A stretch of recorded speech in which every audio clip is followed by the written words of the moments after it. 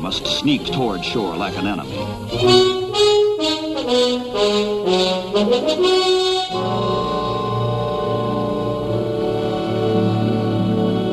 Now the convoy lies off the coast of High Barbary.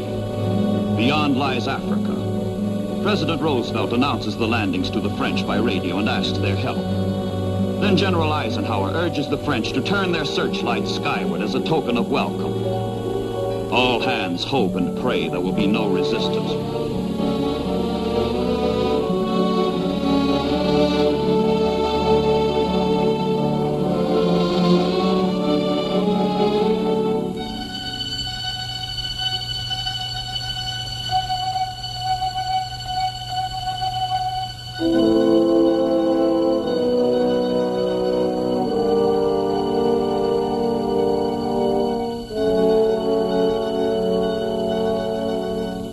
H hour comes in the hazy dawn of November 8th, 1942. The troops go ashore, still uncertain whether they will be welcomed or resisted, embraced or shot.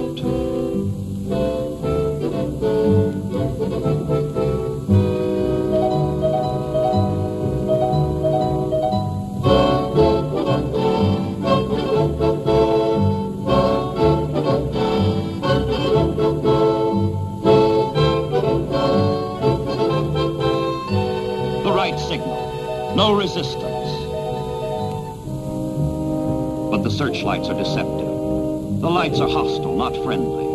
The French are confused. They have not heard the Allied broadcasts, and military leaders loyal to the Vichy government decide to fight.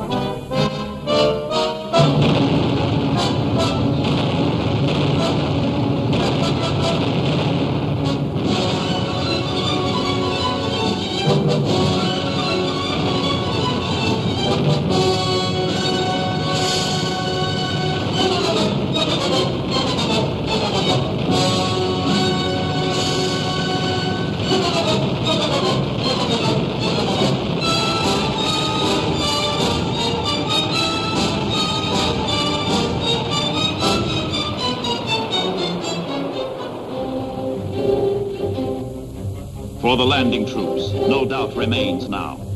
They will be resisted. The shores are hostile. The French are fighting.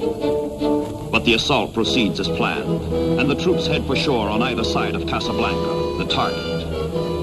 And lying at anchor in the harbor of Casablanca, more trouble. Ships of the French Navy.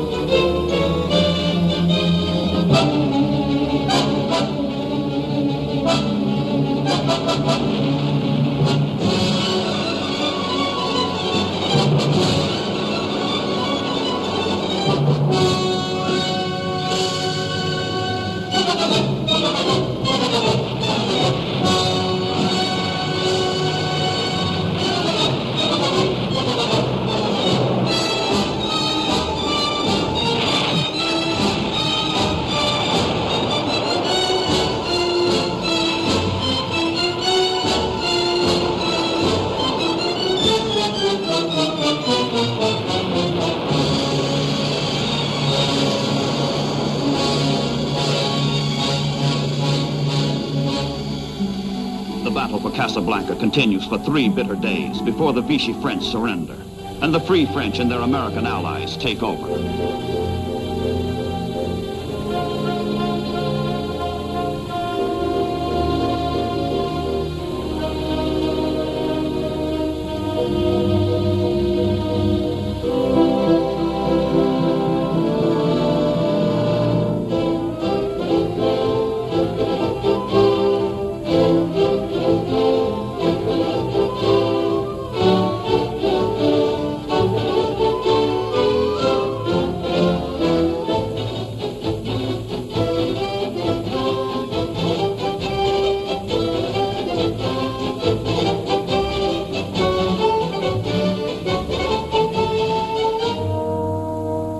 Casablanca's harbor, a major prize. But the victory is not without sorrow. Americans and French who have fallen fighting one another are buried side by side.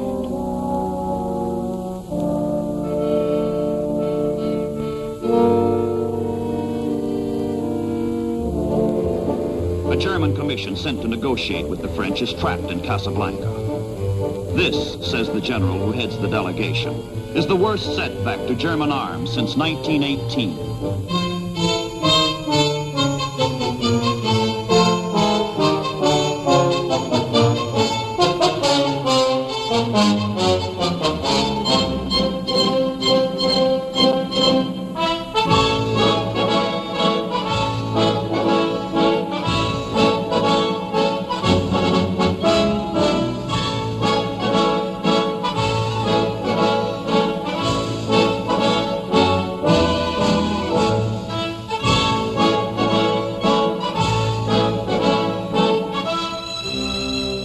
Meanwhile, the second Allied convoy slips through the Straits of Gibraltar and steams eastward for Oran and Algiers.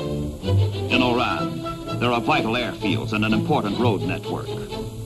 Algiers is the economic, political, and military center of the entire area.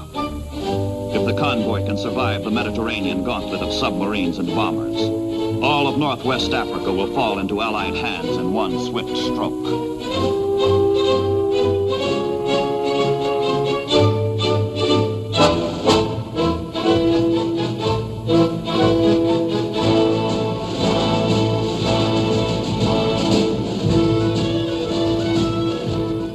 With some help from the French, the tactics work. The landings are the first major Allied victory in the war against the Axis. 3 days after the first troops touch the beaches, French North Africa is a fighting ally. The French themselves are now free to join the march against the common enemy.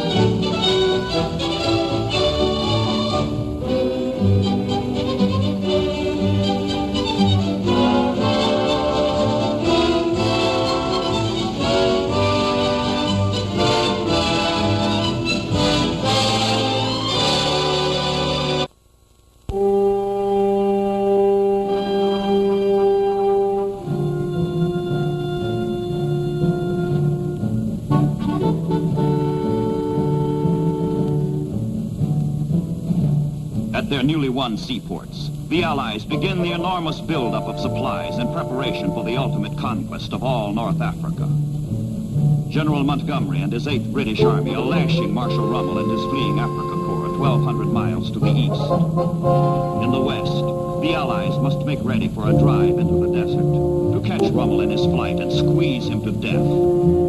The campaign that began as an amphibious assault becomes a grinding struggle for supplies.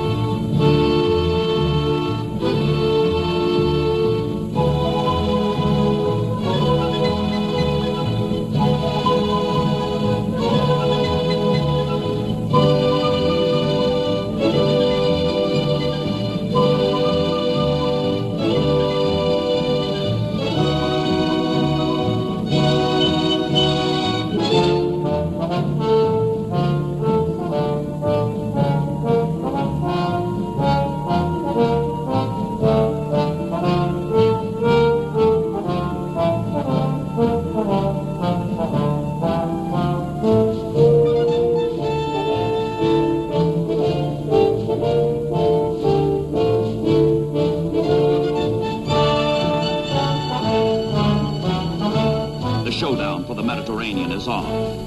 All supplies, all Allied soldiers must be brought in by ship. The campaign depends on the ports and the navies that control them.